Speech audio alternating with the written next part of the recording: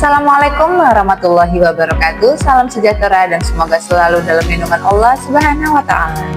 Perkenalkan, saya Maya Sajurina Panggabean, SPD, MSI, MM, dosen tetap program D3 Keuangan dan Perbankan, Fakultas Ekonomi pada Universitas Prima Indonesia.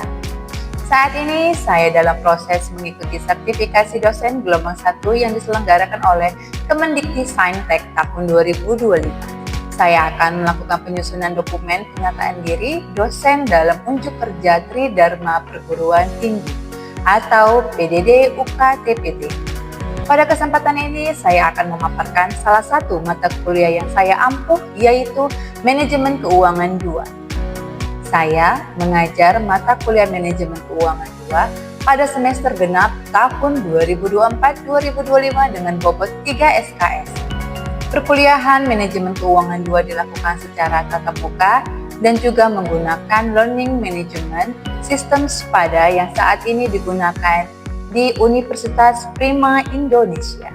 Adapun deskripsi mata kuliah Manajemen Keuangan 2 yaitu mata kuliah Manajemen Keuangan 2 dirancang untuk memberikan pemahaman yang lebih mendalam kepada mahasiswa D3 Keuangan dan Perbankan mengenai konsep-konsep lanjutan dalam pengelolaan keuangan perusahaan.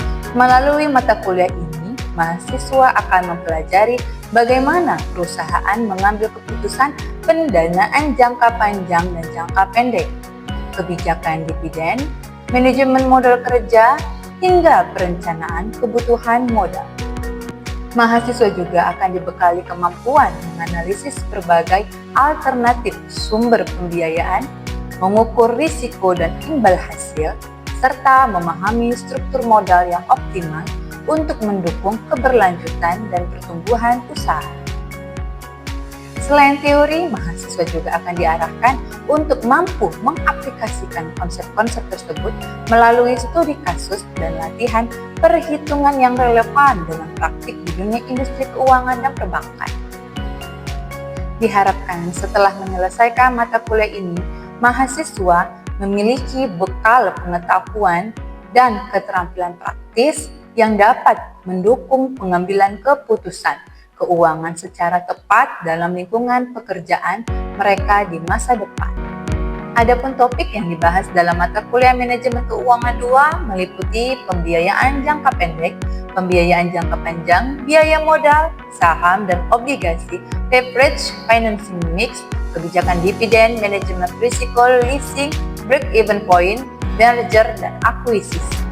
Capaian pembelajaran diharapkan pada mata kuliah Manajemen Keuangan 2 adalah setelah mengikuti mata kuliah Manajemen Keuangan 2, diharapkan mahasiswa program studi D3 Keuangan dan Perbankan Fakultas Ekonomi Universitas Prima Indonesia mampu 1. Menguraikan dan menjelaskan pembiayaan jangka pendek, 2. Menguraikan dan menjelaskan pembiayaan jangka panjang, 3. Menjelaskan dan menganalisis biaya modal, 4. Menguraikan dan menjelaskan saham dan obligasi, 5. Menjelaskan dan menganalisis leverage, 6. Menguraikan dan menjelaskan financing mix, 7. Menguraikan dan menjelaskan kebijakan dividen, 8. Menguraikan dan menjelaskan manajemen risiko, 9. Menguraikan dan menjelaskan leasing, 10. Menguraikan dan menjelaskan break-even point, 11. Menguraikan dan menjelaskan merger dan akuisisi. Untuk metode pembelajaran, saya menggunakan metode DIA, yaitu Delivery Interaction Assessment.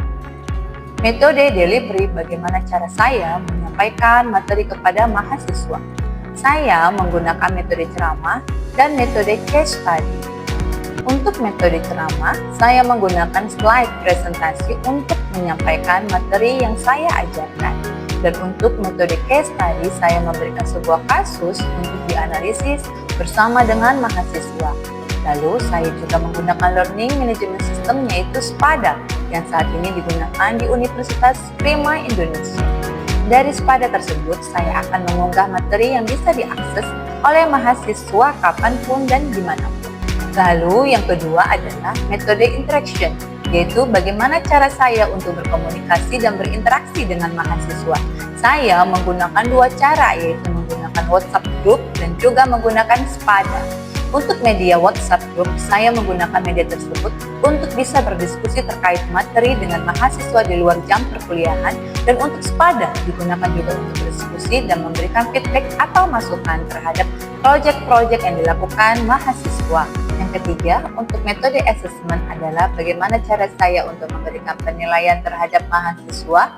Untuk penilaian tersebut sudah saya tuang dalam kontrak perkuliahan yang sudah saya sampaikan di awal perkuliahan, dan tentunya sudah disepakati oleh saya dan mahasiswa. Adapun bobot penilaiannya adalah presensi 10%, tugas 20%, UTS 30%, dan UAS 40%. Dengan adanya bobot penilaian tersebut, mahasiswa diharapkan memiliki strategi tertentu untuk mencapai nilai maksimum. Selanjutnya, saya akan memberikan cuplikan pengajaran saya mengampu mata kuliah Manajemen Keuangan 2. Assalamualaikum warahmatullahi wabarakatuh. Selamat pagi semuanya. Baiklah, dalam perkuliahan ini sebelum saya memulai pembelajaran, eloklah baiknya kita berdoa dulu menurut kepercayaannya masing-masing. Berdoa dimulai.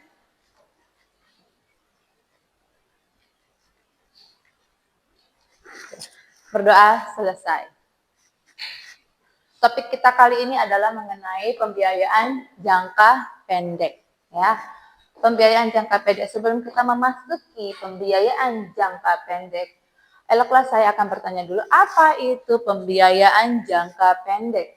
Siapa yang tahu? Oke, Dek, silakan berdiri.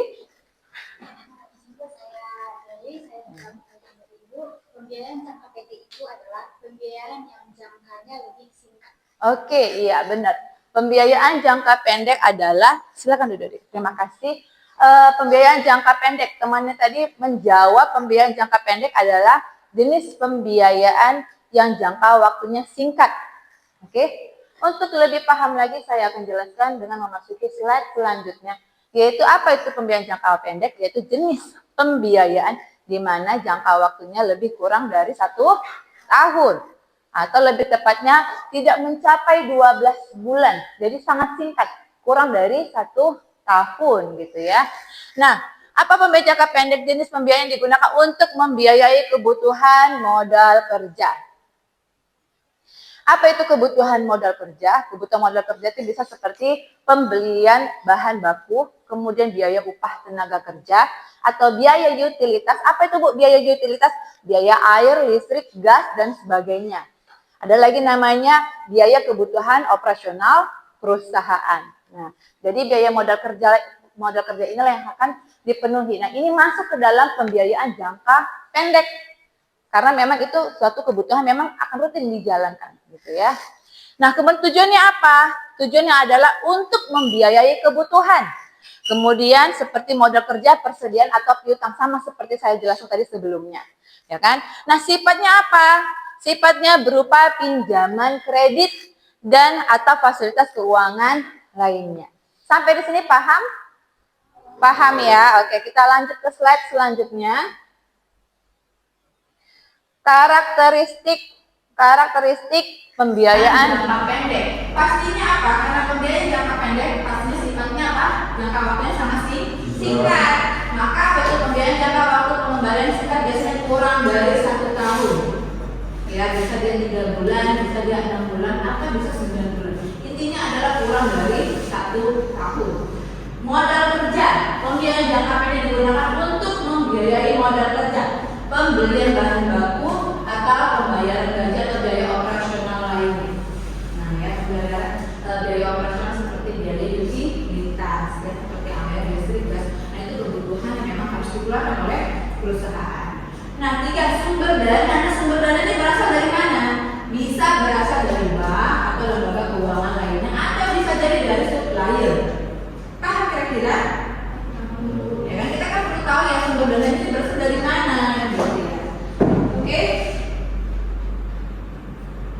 Nah, jenis pembiayaan jangka pendek, jenisnya apa saja? Ada pinjaman bank. Pinjaman bank itu apa? Digunakan untuk membiayai kebutuhan modal kerja.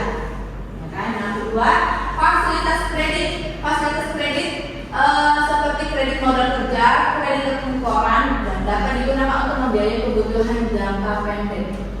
Lalu ketiga, pembiayaan supplier. Pembiayaan yang digunakan untuk membiayai pembelian bahan baku atau barang lain. Intinya adalah bahwasannya untuk memenuhi kebutuhan operasional perusahaan. Nah, itu maka masuk dalam kategori pembiayaan jangka pendek. Karena kan ada pembiayaan jangka panjang, ada jangka pendek. Tapi hari ini kita akan membahas tentang pembiayaan jangka pendek terlebih dahulu. Ya. Oke, kira-kira sampai sini paham? Paham ya, oke lanjut ya. Nah, ada kekurangan, ada kelebihan dan kekurangan pembiayaan jangka pendek.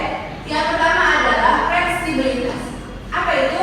Nah, itu dapat membantu perusahaan mengatasi kebutuhan modal kerja yang tidak terduga. Kebutuhan modal kerja yang tidak terduga ini contohnya seperti apa?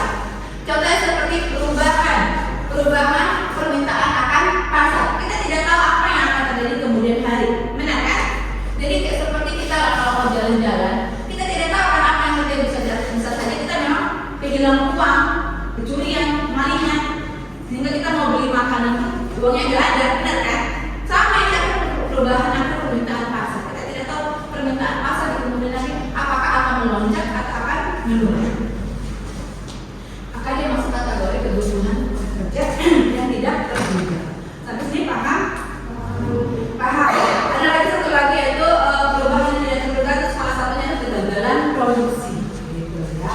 Kan kita tidak tahu ya apa yang terjadi di dalam produksi. Maka ada namanya kegagalan produksi, sehingga dia masuk kategori perubahan kegiatan modal kerja yang tidak terduga. Ya.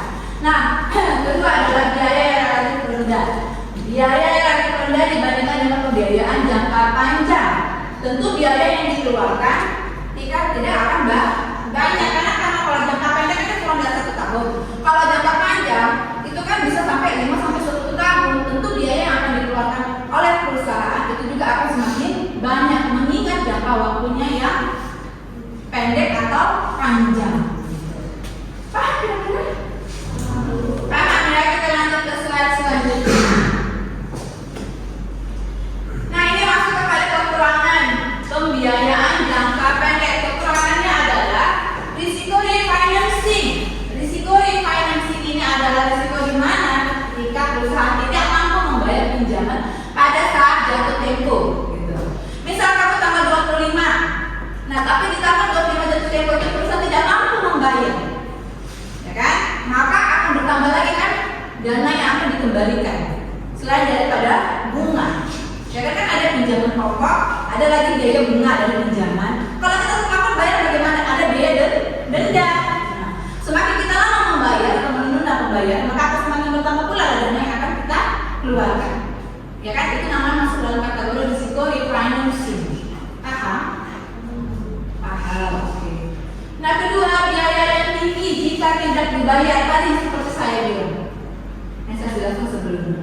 Jika kita menunda pembayaran, tidak membayar pinjaman, maka apa yang terjadi? Akan semakin banyak pula uang yang kita keluarkan, dana yang kita keluarkan. Gitu. Ya. Nah, saya jelaskan lagi.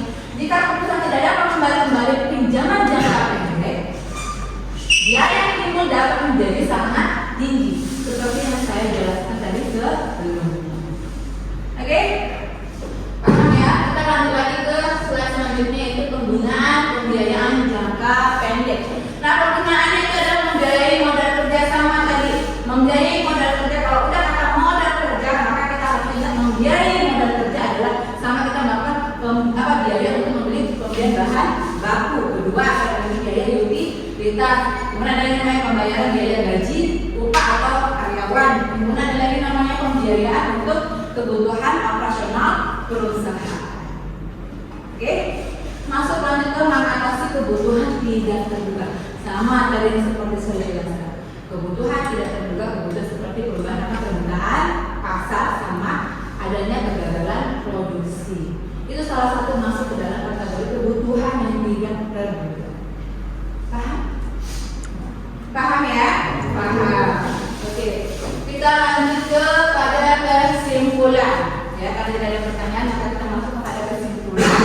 Apa itu kesimpulannya? Pembiayaan jangka pendek dapat menjadi pilihan. Pilihan itu bagi perusahaan yang membutuhkan modal kerja untuk membiayai kebutuhan jangka pendek. Namun ingat, perusahaan harus berhati-hati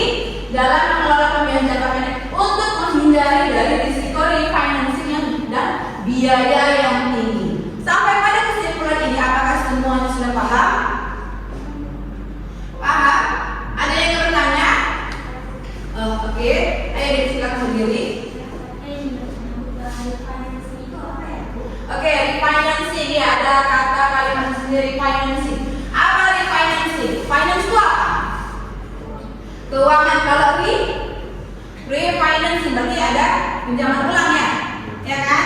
Nah, jadi kalau refinancing itu berarti apa? Mengganti pinjaman yang baru dengan mengganti pinjaman yang sudah ada dengan pinjaman yang baru. Gitu. Itu dikatakan refinancing. Saya ulang sekali lagi, refinancing itu apa? Mengganti pinjaman yang sudah ada dengan pinjaman yang baru. Tentunya dengan jangka waktu yang akan bertambah pula. Gitu. Ada pertanyaan lagi? Ada? Tidak ada ya? Sudah paham semuanya ya? Oke, terima kasih. Oke, ini karena sudah selesai pembelajaran dari saya, maka saya akan memberikan tugas. Tugas ini bisa kamu lakukan dan kamu cek di dalam sepada, ya kan? Nah, untuk presensi tadi saya lihat sudah melakukan presensi di dalam sepada. Bagi yang belum melakukan presensi silakan hubungi saya, ya. Kontak saya melalui WA. Terima kasih semua. Saya akhiri wabillahi taufiq wal hidayah. Wassalamualaikum warahmatullahi wabarakatuh. Terima kasih semuanya. Demikianlah pemaparan saya tentang proses pengajaran mata kuliah Manajemen Keuangan 2. Akhir kata saya ucapkan terima kasih.